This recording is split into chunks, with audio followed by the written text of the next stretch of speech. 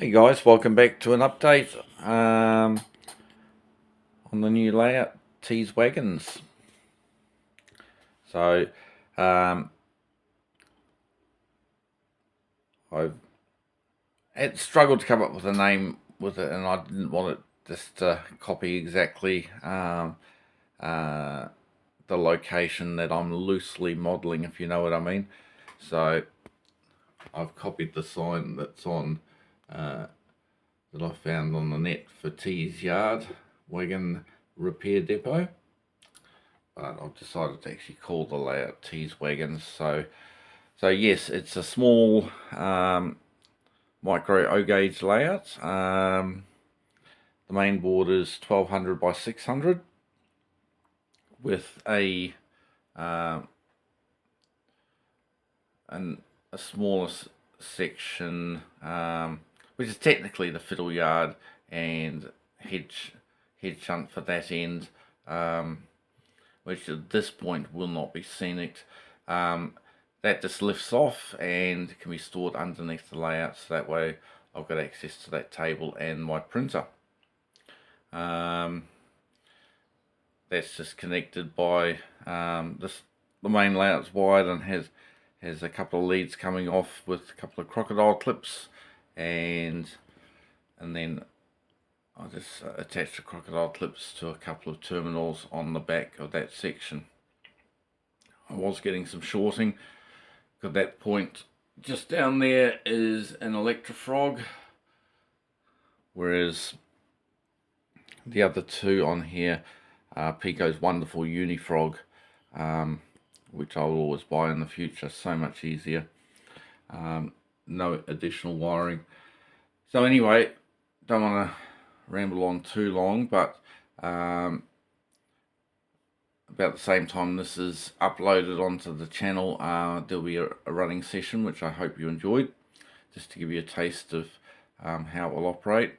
So I've got some structures which came off the previous layout, Pepper Road, and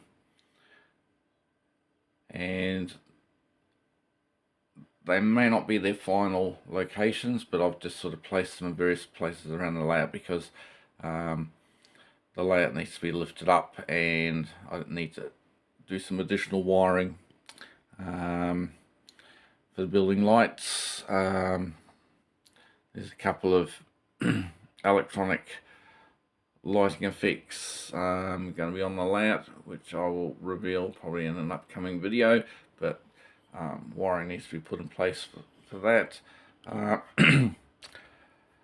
So yeah, T's Yard incorporates a small, seems to be a smallish wagon repair depot, and it has a refueling point attached to it, which I thought was kind of neat. So whereas my 37 is technically a bit large for this layout, until I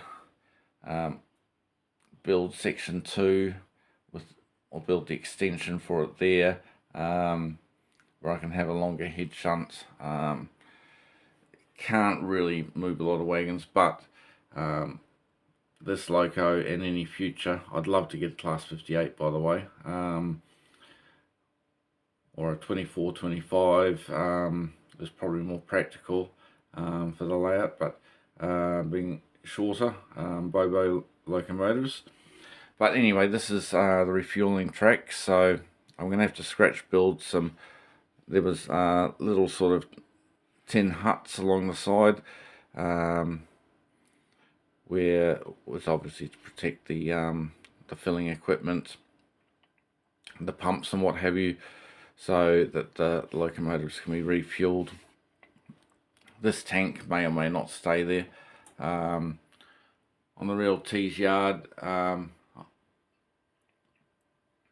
there were some buildings just opposite that track, so they're a bit hard to see there, just with my 37, just see there. Alright, and of course those signals need to be wired up. They're not wired up at the present time.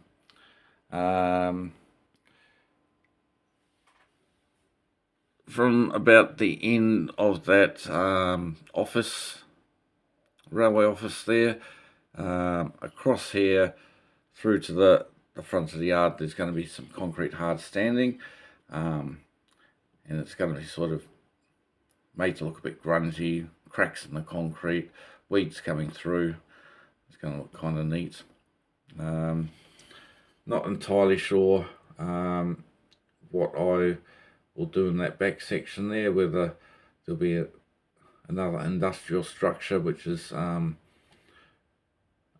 purely decorational, or a car park, perhaps. I'm going to re-look at some photos of T's yard and see what I can do there. But I do need this layout to still be fairly portable, because I'm hoping to move house or move flats this year sometime, find somewhere a bit bigger that I can afford. Alright, so still got the roof to add onto the wagon repair shed. Just playing around with some line side details. Up the front here, not entirely sure, but that's probably just going to be an overgrown area, maybe with a dirt track or a gravel track coming in here, where I can put some vehicles perhaps, and a lot of debris. So I want it to look a little bit run down. I like that sort of look. Trying to decide whether to... The real T-shard in front of the shed, I noticed in the photos, has the rolling stock jacks, hydraulic jacks for lifting the wagons or the locomotives off their bogies or wheel sets. But I'm hoping maybe West Hill Wagon Works makes those, and I'm going to make some inquiries. And I'm thinking of putting an old-fashioned gantry crane just at the end here, straddling the track, because that can lift objects out of wagons. Because I also I'm going to have a few flat cars or what's the name of the wagons? Anyway, like my turbot wagons, which can come onto the layout with supplies for T's yard, like replacement wheels, obviously parts that they use, bearings for the wheels, hoses and equipment for overhauling the brakes, air hoses, all the various little bits and pieces that are used. Even, I suppose, paint and welding consumables, anything that can be delivered either on pallets or even containers that can be dropped off there for use at the yard. So still thinking it through. So we'll leave it there for now. A lot of good stuff to come. Looking forward to getting stuck into the scenery. But yeah, I balance my time between two layouts I have. I have another channel for New Zealand Railways, which is small S-scale 164 rails, and you'll see just above is my SN 3.5 New Zealand Railways point-to-point shunting layout up above. So having a bit of fun with that as well. But yes, I love the size of O, and